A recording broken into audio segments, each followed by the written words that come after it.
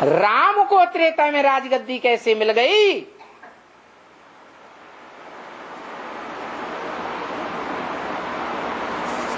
सीढ़ी के चित्र में राम को छत्र छाया क्यों मिली हुई है?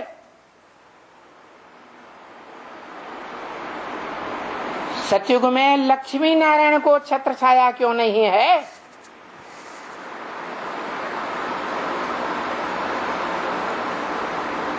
जो चित्र दिखाए हैं खास करके भारतवासियों के लिए, जो सीढ़ी का चित्र है, ये किस समय की यादगार है? संगम युग की यादगार है।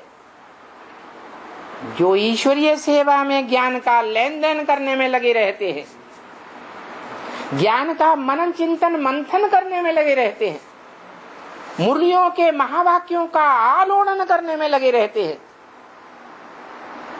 उन सेवाधारी बच्चों को भगवान की छत्र छाया मिलती है।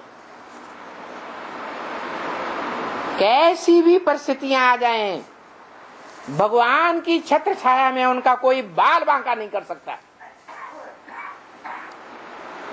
दुनिया में भी कहते हैं जिसका साथी है भगवान, उसको क्या रोके आंधी और क्या रोके तूफान। तो राम को छत्र छाया दी है, राजाई मिल गई। अरे नारायण की राजाई चल रही थी, राम को राजा कैसे बनना हो गया? क्योंकि ब्राह्मणों की संगम की दुनिया में जो सतयुग में नारायण का पद पाने वाले लास्ट के नारायण हैं, 2 नंबर से लेकर 8 नंबर तक, उनका दुनिया में कोई गायन नहीं है, उनकी कोई पूजा नहीं होती है,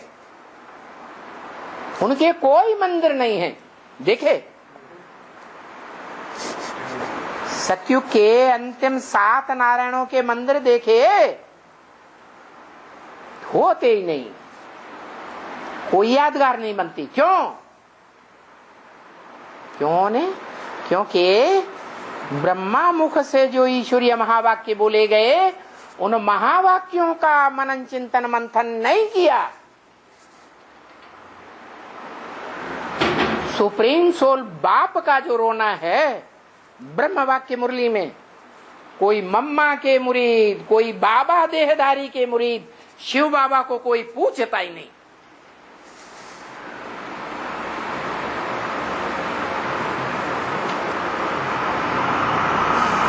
तो नहीं पूछते हैं,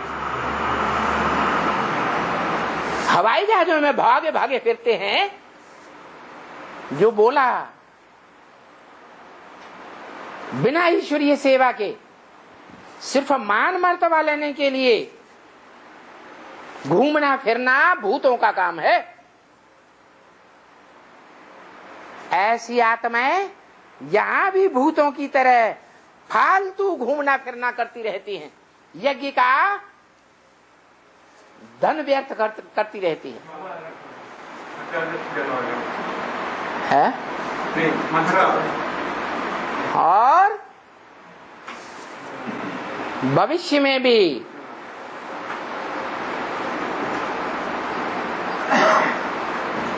उनको सुख तो मिलेगा,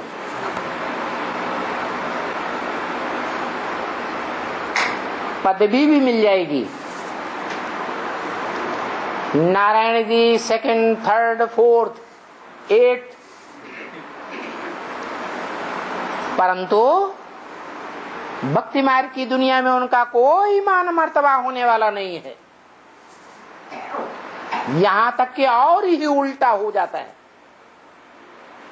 वो ही नारायण बनने वाली आत्माएं जिन्होंने ईश्वरीय महावाक्यों का मनन चिंतन मंथन नहीं किया, ब्रह्मा मुख से निकले हुए महावाक्यों को महत्व नहीं दिया, ब्रह्मा की गोद में खेलते रहे, मम्मा की गोद में खेलते रहे, देह को महत्व दिया, वो देह का संग करने से कमजोर आत्माएं बन गई। वो ही कमजोर आत्माएं नंबरवार नारायण द्वापर युग से ऊपर से आने वाले धर्म पिताओं के अधीन बन जाते हैं। वो धर्म पिताएं उनके शरीर को कैप्चर करते हैं और दूसरे धर्म में कन्वर्ट करके ले जाते हैं।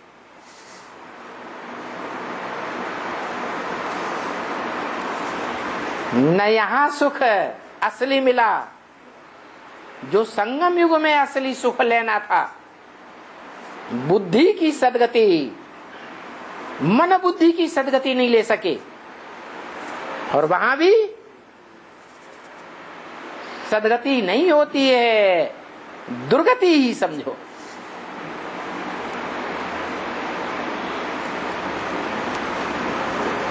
तो हम ब्राह्मणों के लिए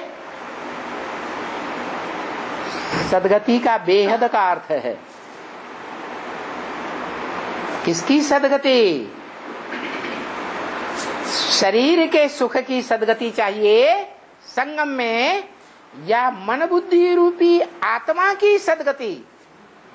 सत माने ऊपर, क्या? सदगति। दो माने नीचे, दुष्ट गति, राक्षसी गति। राक्षसों का सुख मिलेगा दूसरे धर्म में कन्वर्ट होने के बाद। ये राक्षसी सुख है कर्मेंद्रियों का, कामेंद्रियों का सुख, देवताओं का सुख नहीं है।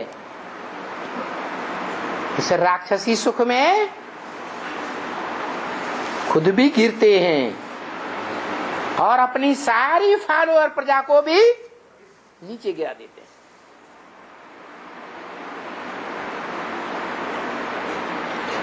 अभी ब्राह्मण जीवन में बहुत खुश हो रहे हैं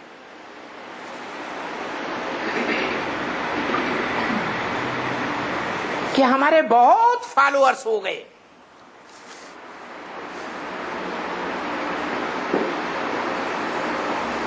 लेकिन ये नहीं सोचते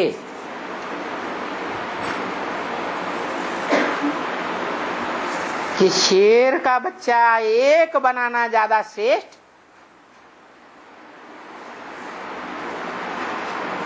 या गधेड़ों के ढेर बच्चे बनाना ज्यादा श्रेष्ठ है। शेर बनना है, शेर बनाना है।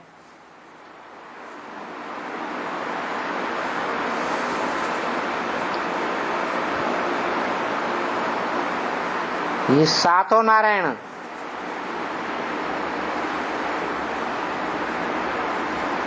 गिरती कला के जो नारायण हैं,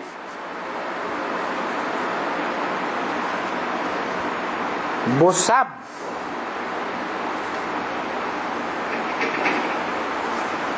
द्वापर के आदि से लेकर के गिरते हुए कला के धर्मों में जाकर के आधार बनते हैं ऊपर से आने वाले धर्म पिताओं के, और उन धर्मों में कन्वर्ट हो जाते हैं। उनकी सारी प्रजा उन धर्मों में कन्वर्ट हो जाती है। हाँ, ये जरूर है कि सतयुग की पहली पीढ़ी का जो नारायण है वो फिर भी बबर शेर है। बाकी बाद में आने वाले वो जंगल के नंबरवार कमजोर जानवर हैं।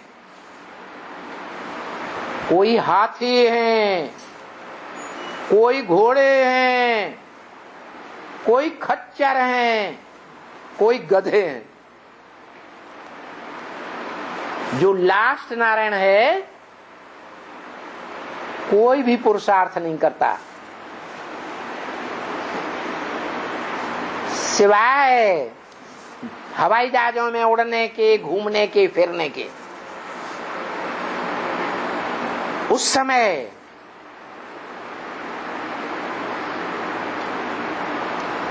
जो असली पुरुषार्थ करने वाला है वो राम वाली आत्मा पुरुषार्थ करती है मनन चिंतन मंथन करने का।